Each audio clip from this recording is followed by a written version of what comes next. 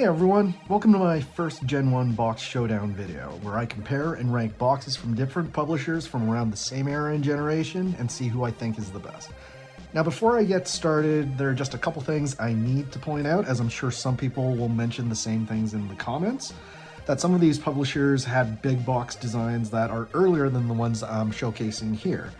Yes, EA had their record folio boxes, SSI had that flat pack war game style box, and Sierra had that black box for Space Quest 1.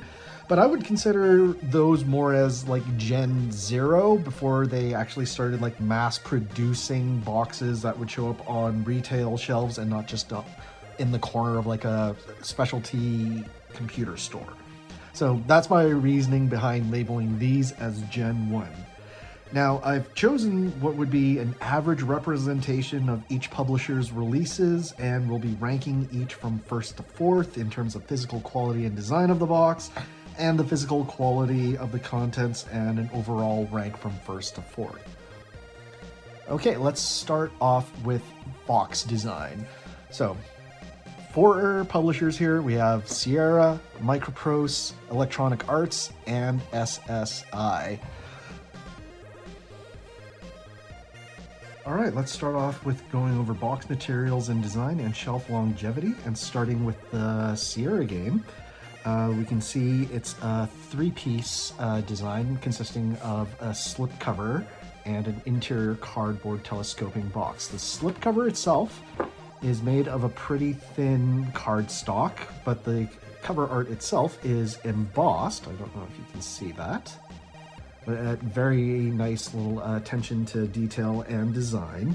The flaw of this design is obviously look how flimsy it is. So you're going to get a lot of wear and tear just by taking it out of the shelf, inserting, and taking out the interior box. So you can already see it's wearing at the edges and at the corners, and with enough wear and tear, this will split or this will become really bent, and it'll ruin a pretty gorgeous looking cover, as well as the embossing. If it rubs up against other games, it's going to wear off. So definitely something to be aware of.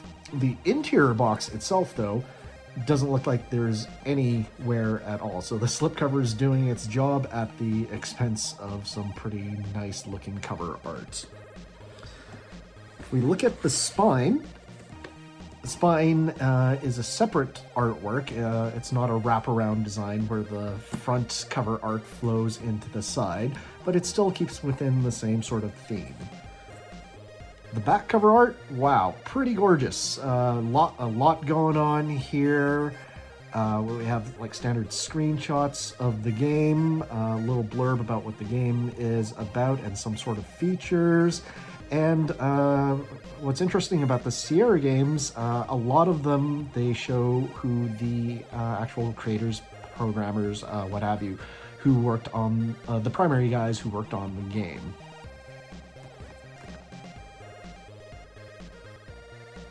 And next up we have Microprose.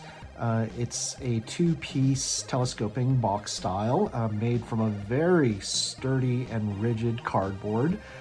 Finished with a nice, very high gloss finish to it. So it will definitely be able to stand up to the test of time. In fact, this is actually, I think, the oldest game that I own. And just by looking at it, it looks almost brand spanking new. So it's definitely gonna stand the test of time for sure. Cover art, very gorgeous, hand-painted, just like the Sierra one. With the added bonus that it wraps around the spine, so we have one contiguous artwork for the top cover. On the back, it's pretty plain looking. It's pretty standard for the time. You have the title of the game, description, features of the game, and a couple of screenshots. So nothing really outstanding in this back cover art, but I still like it. So next up we have EA Games. Now EA Games went with a design that's sort of similar to their earlier designs, which was essentially like a record album book style sort of box. With this, As you can see, we can flip it open, and on the interior, they made use of the interior of the box to jam a little bit more content in. But right off the bat, you can see a flaw with the design, which is this little tab here. It would get bent, wear down, and eventually, with enough time, just rip off. The box itself is made out of a pretty thin cardstock, just like the Sierra slipcover. So not very sturdy. It's not going to stand the test of time. You can already tell, like, just with how thin it is, it's already starting to show a lot of wear. The interior of the box contains a plastic insert to sort of keep the contents together and help with rigidity a little bit, but doesn't do that great of a job. Cover art, full hand painted cover art, gorgeous just like the others. It doesn't wrap around to the spine, so the spine is a separate piece of artwork, but tries to keep the same sort of style and feel as the cover. The back cover, slightly a bit more showy than the other than the Microprose one. We have screenshots of the art, some feature artwork that you'll see in the game, description of the game, and features of the game itself. But for shelf longevity, yeah, it's not going to stand the test of time. Most of my games, with most of my EA games in this style, definitely show a lot of wear and tear. And last up, we have SSI. So SSI is a two-piece telescoping box made out of a very strong and sturdy, rigid cardboard. So definitely can take a bit of punishment. What can't take the punishment is the finish on it. Even though it's a nice semi-gloss cover, it's on really, really thin. So you can see a lot of shelf wear on the edges and starting to seep in through the front. So got to be very careful when storing these ones. The cover art itself, gorgeous hand painted, but doesn't take up the entire cover. Some SSI games do, but at this point in time, AD&D was definitely the bread and butter for the company, so they went with this sort of like design that's consistent across all of their AD&D products, where they prominently display the AD&D logo, title of the game, some nice hand-painted art. Not specifically made for the game, since this was, I guess, TSR art at the time, because Curse of the Azure Bonds was a D&D module at the time, so they just took the cover art and transferred it over. Obviously doesn't flow onto the sides, so pretty basic sort of spine art. On the back, again, Forgotten Realms logo, some screenshots of the game, description, and features of it. So I think for overall quality in terms of physical box design, materials, and quality, Microprose would definitely be the first, followed by Sierra, followed by SSI, and finished off with EA. So now let's go take a look at the quality and design of the contents inside the box. Okay, starting off with Sierra again. Let's take a look at what's inside the box. As we carefully take the slipcover off, look inside, we have a set of floppies. Let's look at the actual labels. Pretty boring design, pretty boring font, picture of the Sierra Mountains. Nothing too special. They did, however, manage to print the logo on the floppy sleeves for the 5 1/4. Manual printed on high gloss paper, pretty thick grain, full color, but pretty tiny. And advertisement for Prodigy, and a full color catalog, which is actually bigger and thicker than their manual. It's still very cool. And a warranty registration card.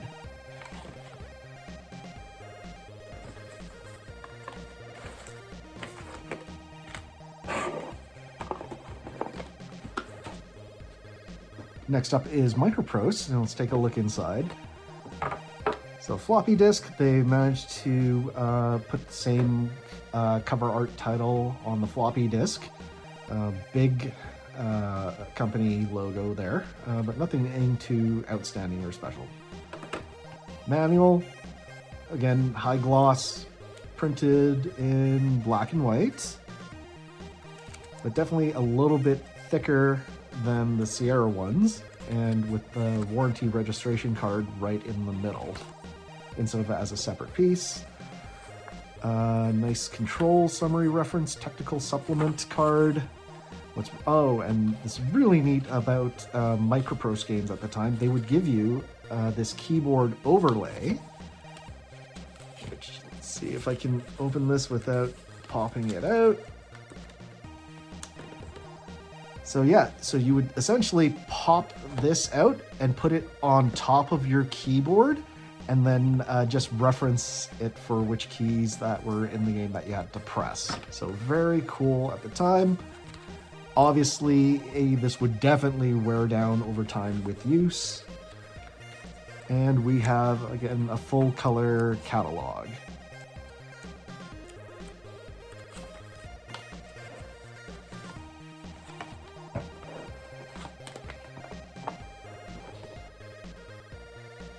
Next up, EA games. So open it up, we're immediately greeted with a black and white manual. I don't recall if they printed it in full, if they printed any of theirs in full color, but from the games that I have from EA in my collection, they're all black and white, but with, I guess, a semi-gloss cover. Pretty substantial in terms of content. Most of the EA games are roughly the same size in terms of manual. I guess mostly so that they can fit in this form factor across the board. So we have a little few extras depending on what game you get, but most EA games came with little extras such as a star map or a map in general for like navigating within the game. Warranty registration cards, ad for their clue book, technical supplement, and the floppy themselves. So again, very plain, nothing ostentatious. They did manage to print their logo on the sleeve, but yeah, pretty boring. And lastly, we have SSI. So let's open it up and we'll see floppy disks, some pretty standard ones with the AD&D logo prominently featured, as well as the company logo on the floppy disk sleeves. The one interesting thing is for games with multiple floppies from SSI, they would print the labels in two different colors to, I guess, help differentiate between them. We have a full color cover for the technical manual, printed in two colors on the inside in brown and blue. Adventures Journal, also printed in brown and blue.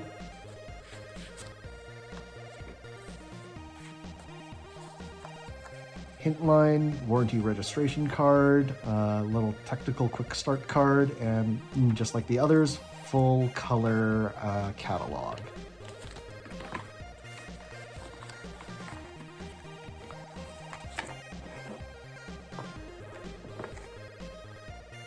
Now, in terms of overall quality of the interior components, I would have to say it'd be a tie for first between Microprose and SSI, with the slight lead going to SSI, simply because of the attention to detail that they put in their floppy disks, and the fact that their manuals are printed in two color instead of monochrome like everyone else, except for Sierra, who does have the full color manual, albeit very thin, which is a common occurrence for the Sierra games at the time.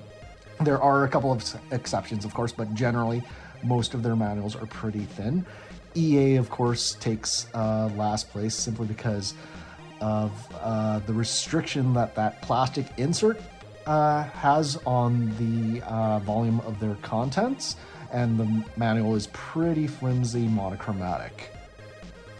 Overall, however, I would have to say the best in this Gen 1 group would have to be Microprose, taking the overwhelming lead, I think, because of the quality of the exterior of the box.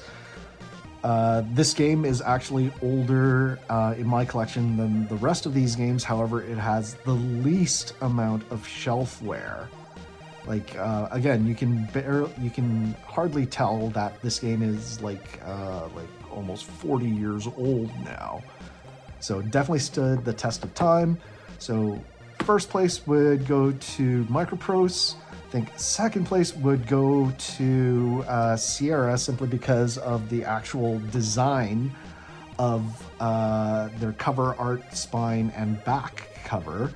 Definitely they lose a couple of points because of the design of the slipcover box, but overall it's a very gorgeous looking box. Third, I would have to give to SSI as a combination of the interior quality of the products as well as their physical box material choices. Do lose a couple of points because of the thinness of the cover, simply because it's not going to stand up to wear that well. And of course, last place, EA Games, simply due to the choice of actual physical design, where this will get damaged and show wear quite easily. So there you have it. This is, again, my first video on... So there we have it. Microprose first, Sierra second, SSI third, and EA fourth. So those are my picks for this group of publishers. Agree or disagree? Drop a comment below. I'd be very interested in hearing your thoughts and opinions on my choices. And I'll be back with more Gen 1 box showdowns later. Thanks again.